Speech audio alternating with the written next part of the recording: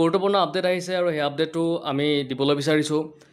এই আপডেটটো 1 আগষ্ট তাৰিখে আহিছিলে। পেপাৰ কাট এখন আপোনালোকে দেখিছে ইয়াতে মূল কথাখিনি আমি পঢ়াৰ আগতে অকণমান এই বিষয়টোৰ কথা আমি জানিবলৈ চেষ্টা কৰিছোঁ। এই খবৰটো আহিছে কৰ্মচাৰীসকলৰ কাৰণে, যিসকল কৰ্মচাৰী ৰিটায়াৰ্ড লয় বা অৱসৰ গ্ৰহণ কৰে। এই বাতৰিটোত এটা ভাল পদক্ষেপ লোৱা হৈছে আৰু সেই পদক্ষেপটো হৈছে যে অৱসৰৰ দিনাই পেঞ্চনৰ নথিপত্ৰবিলাক দিয়া হৈছে। আৰু এনেকুৱা যদি সব ক্ষেত্ৰতে কৰা হয়, সকলো ডিপাৰ্টমেণ্টত যদি এনেকৈ অৱসৰৰ দিনাই যদি তেওঁলোকক গোটেইখিনি নথিপত্ৰ পেঞ্চনৰ যদি দিয়া হয়, তেতিয়াহ'লে তেওঁলোক যথেষ্টভাৱে উপকৃত হ'ব। আমাৰ কৰ্মচাৰীসকলে, যিসকলে কৰ্মচাৰী হোৱাৰ পিছত, যিসকলে চাকৰিকাল শেষ হোৱাৰ পিছত তেওঁলোক ৰিটায়াৰ হ'ব লগা হয় বা তেওঁলোক অৱসৰ গ্ৰহণ কৰিবলগীয়া হয়, আৰু অৱসৰ গ্ৰহণ কৰাৰ সময়তে যদি তেওঁলোকক সেই দিনাই যদি তেওঁলোকক সেই নথিপত্ৰবিলাক প্ৰদান কৰা হয় পেঞ্চনৰ, তেতিয়াহ'লে তেওঁলোক যথেষ্টখিনি উৎসাহিত হোৱাৰ লগতে যথেষ্টখিনি তেওঁলোকে আনন্দিত হোৱাও দেখা যায়।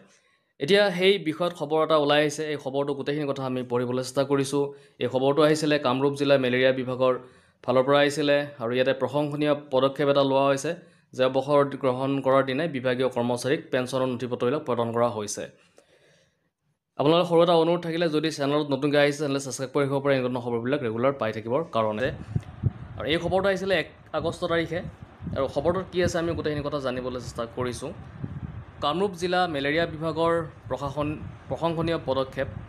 অৱসৰ গ্ৰহণৰ দিনাই মেলেৰিয়া বিভাগৰ কৰ্মচাৰীক প্ৰদান কৰে পেঞ্চনৰ নথিপত্ৰ। কামৰূপ জিলা উপায়ুক্ত দেৱকুমাৰ মিশ্ৰই আনুষ্ঠানিকভাৱে মেলেৰিয়া বিভাগৰ কৰ্মচাৰী কৰুণাকান্ত দাসক সম্বৰ্ধনা জ্ঞাপনৰ লগতে অৰ্পণ কৰে পেঞ্চনৰ সকলো সুবিধা। সদৌ অসম মেলেৰিয়া কৰ্মচাৰী সংস্থাৰ তৎপৰতাত কামৰূপ জিলা মেলেৰিয়া বিভাগৰ মুখ্য সহায়ক ভূপেন দাসৰ বিশেষ প্ৰচেষ্টাত লোৱা হয় এই পদক্ষেপ। মুখ্যমন্ত্ৰী ডক্টৰ হিমন্ত বিশ্ব শৰ্মাৰ নিৰ্দেশ মৰ্মে কামৰূপ জিলা স্বাস্থ্য বিভাগৰ জিলাখনৰ ভিতৰতে প্ৰথমটো উল্লেখনীয় পদক্ষেপ।